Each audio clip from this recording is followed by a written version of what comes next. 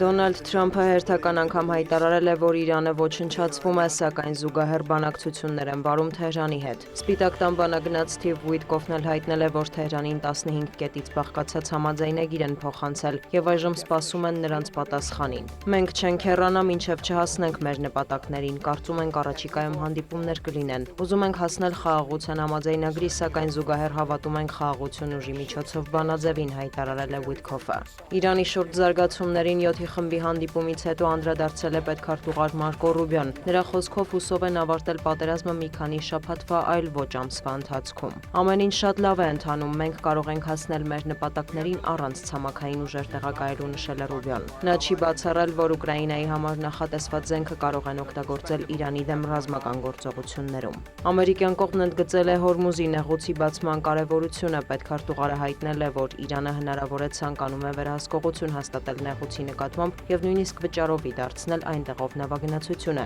ինչը Ռուբիոյի խոսքով անընդունելի է։ Մինչ այդ Թեհրանից հայտարարել են, որ ներկայում Հորմուզի նեղուցով կարող են անցնել միայն այն նավերը, որոնք կստանան Իրանի թույլտվությունը։ Տեղեկություններ կան, որ Թայլանդը պայմանավորվել է Թեհրանի հետ նեղուցով անվտանգ անցման վերաբերյալ։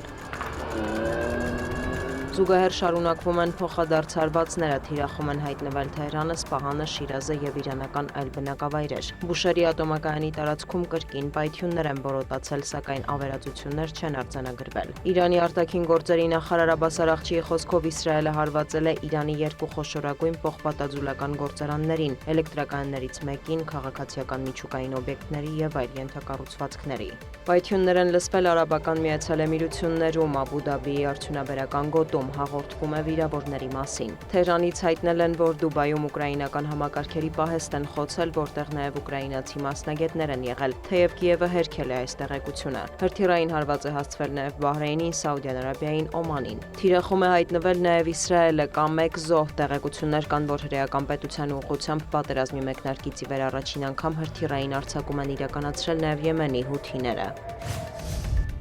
Պակիստանի վարչապետը հեռախոսազրույց է ունեցել Իրանի նախագահի հետ, Շահբազ Շարիֆը եւ Մասուդ Փեզեշքյանը քննարկել են տարածաշրջանում զարգացումները եւ խաղաղության հասնելու ջանքերը։ Շարիֆը հայտնել է, որ տեղեկացրել է իրանական կողմին Պակիստանի գործադրած դիվանագիտական ջանքերի մասին, նպաստելու Միացյալ Նահանգների, Պարսից ծոցի երկրների եւ իսլամական պետությունների շփումներին։ Պակիստանի վարչապետը դատապարտել է Իրանին Իսրայելի հարվածները։ Ավելի վաղ լուրեր էին շրջանառվում, որ Սպիտակ տունն աշխատում է Պակիստանում Իրանի ներկայացուցիչների հետ հանդիպում կազմակերպելու ուղղությամբ։ Թուրքիայի արտաքին գործերի նախարար Հաքան Ֆիդանն էլ հայտնել է, որ Թուրքիայի, Սաուդյան Արաբիայի, Եգիպտոսի եւ Պակիստանի արտգործնախարարները կարող են առաջիկայում հանդիպել Իսլամաբադում, քննարկելու տարածաշրջանում ստեղծված իրավիճակը։ Նրա խոսքով գործընթացին ներգրավված է նաեւ Վաշինգտոնը։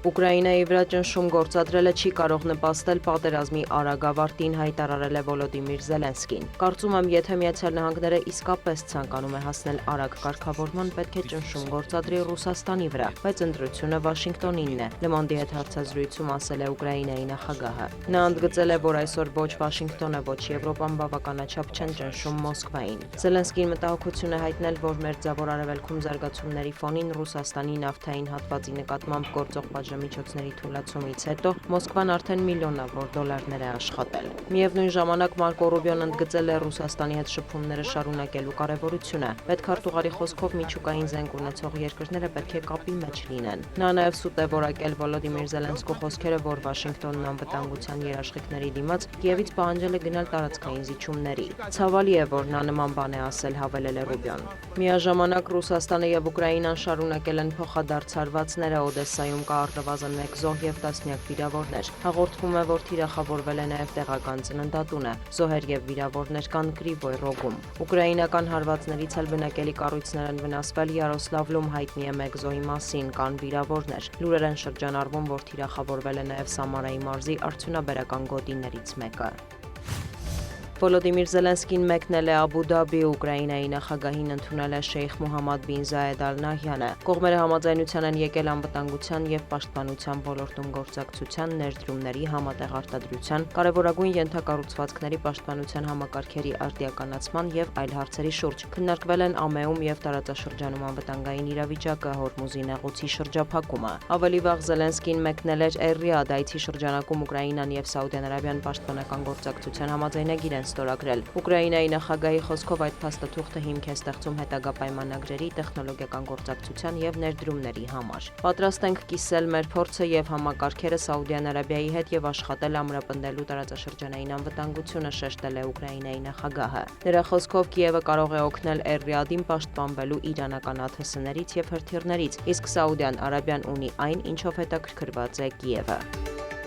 Դիանա Գասպարյան, լուրեր։